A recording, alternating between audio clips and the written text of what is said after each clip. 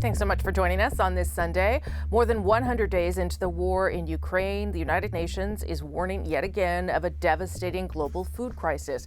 Tens of millions of tons of grain remain blocked in Ukraine's ports. Russia is being accused of using food now as a weapon of war. Amin Awad is the UN's crisis coordinator for Ukraine. I spoke to him earlier about the negotiations to end the blockade and those growing concerns around food insecurity. Amin Awad, thank you for joining us this morning. Good morning.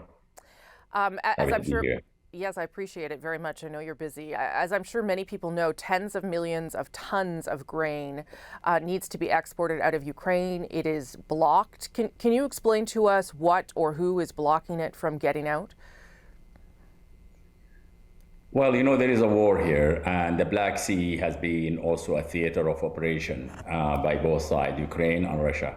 The ports that Ukraine used traditionally to export wheat and other grain are here in the Black Sea, and therefore, with the blockade of maritime in the Black Sea, Ukraine is facing difficulty exporting its grain. This season, they must be exporting about 20 to 22 million tons, and they embarked on transporting some of it through neighboring countries to the Black Sea, through Poland, and perhaps to reach also the Baltic Sea. However, these are small quantities that could add up to being maybe 10% of the total that they should export. Therefore, sea transport is the viable option they have to really export this as soon as possible. So I know Russia's foreign minister has said that Russia is not blocking the passage of the ships, but I also know that the UN has been leading negotiations with Russia to try and make sure the grain gets released. What can you tell us about where those negotiations are at this point? Well, there were bilateral meetings between Russia and Ukraine, between Russia and that's facilitated by Turkey. I think the outcome of that was in the open media, open sources. However, there is an initiative that is espoused by the Secretary General to talk to the three parties, that's Ukraine, Russia, and Turkey. And he, as the UN Secretary General, bringing the parties together to really find solutions to the export of grain. I think that's where we stand, and there are more talks that are going to happen during the month of June.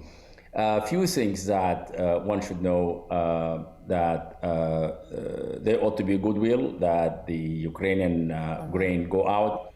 The world also in need of fertilizers, and that is with Russia. And they also have grain that need to be exported. Yeah. The prices in the world are going up. We see in some countries up to 13% of inflation. We see shortage of food in many parts of the world, especially in the Sahel of Africa, the Horn of Africa, and other populous countries that depend on wheat as a staple. Either way we look at it, between fuel, energy, food, and finance, there is a combined crisis that the world is feeling, seeing, and it needs to be addressed, and addressed quickly. Well, the president of Senegal, who I'm sure you know is also the chairperson of the African Union, says that Africa will face a very serious famine if things don't resume. Yesterday, President Zelensky also warned of a severe food crisis.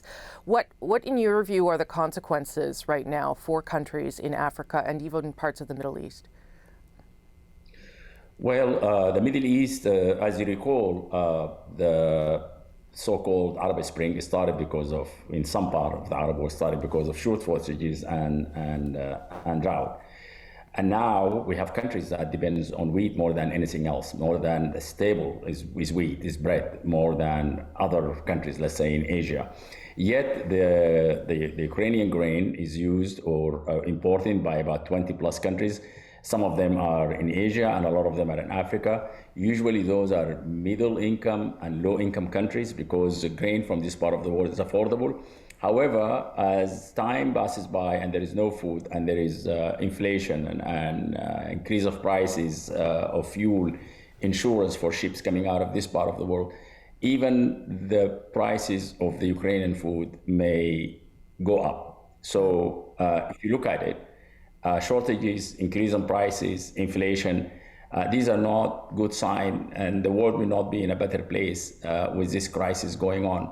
So therefore, the initiative of Secretary General to really bring the parties together to find a way out and a way forward to resumption of export of grains from this region. Do you believe, as the president of the European Commission, Ursula von der Leyen, has suggested, and others for that matter, that this is part of the Kremlin's arsenal of war, that this act is part of their engagement of conflict?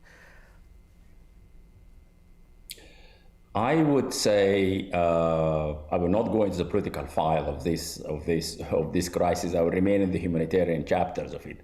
And I think a politicization of this issue now may add to more complications in us trying to find a window of opportunity used to really start exporting food and fertilizer for the good of this world today.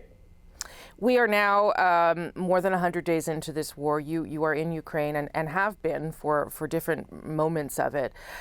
What is your assessment of how much longer it will go on and what the end could look like? I really hope that the parties come to a conclusion of this war. This war is really engulfing the world. This war is affecting all corners of the world when it comes to food, when it comes to finances, when it comes to energy, inflation, and and stability. It needs to be concluded soon. What I can tell you, what we have here in Ukraine, really a very stark picture. We have 14 million people displaced in less than 10 weeks, 6 of them in the region, surrounding countries and beyond. 8 million are here in Ukraine displaced. We're going to be facing challenges as the winter approaches.